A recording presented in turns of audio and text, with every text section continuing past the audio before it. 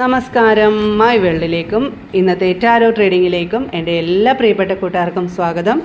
അപ്പോൾ നമ്മളിന്ന് നോക്കാൻ പോകുന്നത് നിങ്ങളുടെ വ്യക്തിയുടെ ഒരു കറണ്ട് ഫീലിംഗ് ആണ്. അവർ ഇന്നലെ രാത്രി എന്താണ് ചിന്തിച്ചുകൊണ്ടിരുന്നതെന്ന് നമുക്ക് യൂണിവേഴ്സിനോട് ചോദിക്കാം.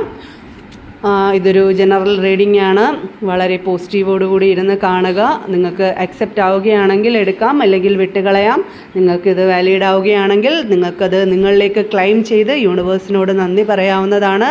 എല്ലാവർക്കും നല്ലൊരു ദിവസവും നല്ലൊരു ഭാവിയും ജീവിതവും ഒക്കെ ഉണ്ടാവട്ടെ എന്ന് പ്രാർത്ഥിച്ചുകൊണ്ട് ഞാൻ എൻ്റെ റീഡിംഗ് തുടങ്ങുന്നു.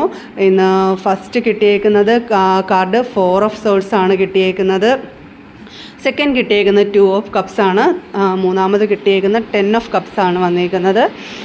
അത് 4 ഓഫ് സോൾസിൽ കാണാം ഒരാൾ കൈകൂപ്പി കിടക്കുന്നത്, ചിന്തിച്ചുകൊണ്ട് കിടക്കുന്നതാണ് കാണുന്നത്. അതേ ഒരു സിറ്റുവേഷനിലാണ് നിങ്ങളുടെ വ്യക്തി ഇപ്പോൾ.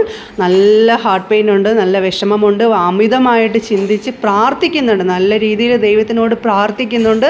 അവർക്ക് നിങ്ങളിലേക്ക് വരണമെന്നും നിങ്ങളുമായിട്ടൊരു കൂടിച്ചേരൽ 2 ഓഫ് കപ്സിൽ പറയും, നിങ്ങളുമായിട്ടൊരു സ്നേഹബന്ധം ആരംഭിക്കണമെന്ന് അവർ അതിയായി ആഗ്രഹിക്കുന്നു. നിങ്ങളുമായിട്ട് സന്തോഷപരമായിട്ടൊരു ഹാപ്പി ഫാമിലി ആവാൻ അവർ 10 ഓഫ് കപ്സിലൂടെ സൂചിപ്പിക്കുന്നത് നിങ്ങളുമായിട്ടൊരു നല്ലൊരു ഫാമിലിയാണ്, ഒരു ജീവിതമാണ് അവർ ആഗ്രഹിക്കുന്നത്. അത് അവർ നിങ്ങളിലേക്ക് വരുമ്പോൾ നിങ്ങൾ സ്വീകരിക്കുമോ, നിങ്ങൾ ആ ഒരു സ്നേഹം, പഴയ ഒരു സ്നേഹബന്ധം നിലനിൽക്കണം എന്നൊക്കെ ആയിരിക്കും അവർ പ്രാർത്ഥനയോടെ ഇരിക്കുന്നത്.